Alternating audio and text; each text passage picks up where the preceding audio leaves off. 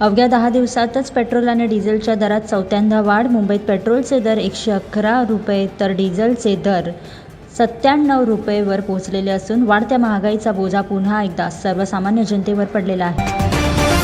मुंबई नाशिक महामार्गावरील petrol pump बंद असल्याच्या मुद्द्यावरून आता आदित्य ठाकरे यांनी सरकारवर निशाणा साधला. ते म्हणाले, जर सरकारच्या दाव्यानुसार इंधनाचा पुरवठा सुरळीत होत असेल तर मग लोक तासनतास रांगेत का उभे आहेत.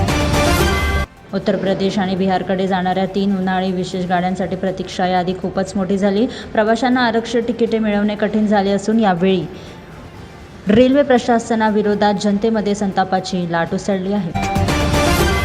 महाराष्ट्रातील रायगड जिल्ह्यात एक भीषण अपघातात 700 फूट खोल दरीत स्कॉर्पिओ गाडी कोसळून 8 जणांचा दुर्दैवी मृत्यू झालेला आहे.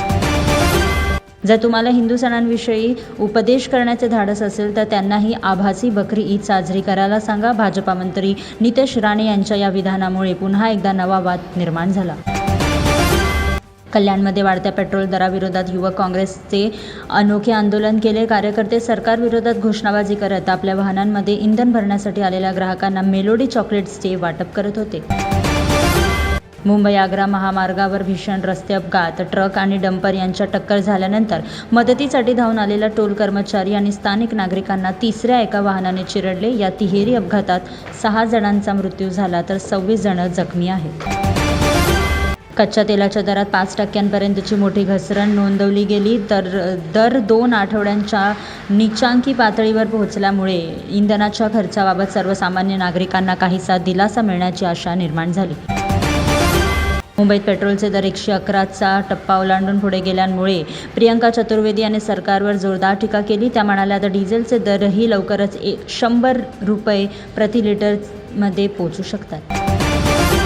बकरी ईदच्या पार्श्वभूमीवर प्रताप सरनाईक यांनी जनावरांची तस्करी करणाऱ्यांना कडक इशारा दिला. संपूर्ण महाराष्ट्रात जनावरांच्या अवैध वाहतुकीविरोधात विशेष तपास मोहीम हाती घेण्यात आली. मुंबईला क्षयरोग मुक्त करण्यासाठी BMCने एक मोठा मोहिमेचा शुभारंभ केला. 26 मे पासून झोपडपट्ट्या आणि दाट लोकल वस्तीच्या भागांमध्ये विशेष तपासणी मोहिमा सुरू करण्याचे नियोजन करण्यात आले. वर्सोवा येथे कौटुंबिक वादाला दुर्दैवी वळण. पतीने केलेल्या कथित मारहाणीनंतर उपचारादरम्यान एका महिलेचा मृत्यू. या प्रकरणी आरोपीला अटक करण्यात आली.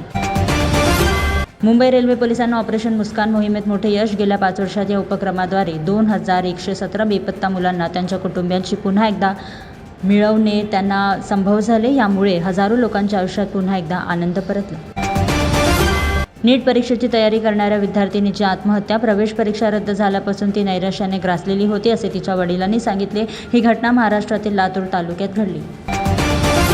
ताईन येथील प्रतीक्षा नगरमध्ये मध्यरात्री डेपोमध्ये उभ्या असलेल्या बेस्ट बसला अचानक आग लागली. या घटनेत कोणतीही जीवितहानी झाली नसली तरी बस पूर्णपणे जळून खाक झाली. बनावट परवाना घोटाळ्यांवर कडक कारवाई करत बोरिवली RTOने रिक्षा आणि टॅक्सी चालकांसाठी बायोमेट्रिक पडताळणी सक्तीच करण्याची मागणी केली. तसेच डिजिटल पडताळणी अनिवार्य करण्याबाबतचा प्रस्तावही सादर करण्यात आला. मृत मुलीपेक्षा घटस्फोटित मुलगी अधिक बरी. ट्विशा शर्मा प्रकरणावर युक्तिवाद करताना सॉलिसिटर जनरल तुषार मेहता यांनी सर्वोच्च न्यायालयात हे विधान दिले. मुंगेरीलाल के हसीन सपने. NDA सरकार लवकरच कोसळणार असल्याबाबत राहुल गांधी यांनी केलेल्या विधानाला महाराष्ट्राचे मुख्यमंत्री देवेंद्र फडणवीस यांनी फेटाळून लावले.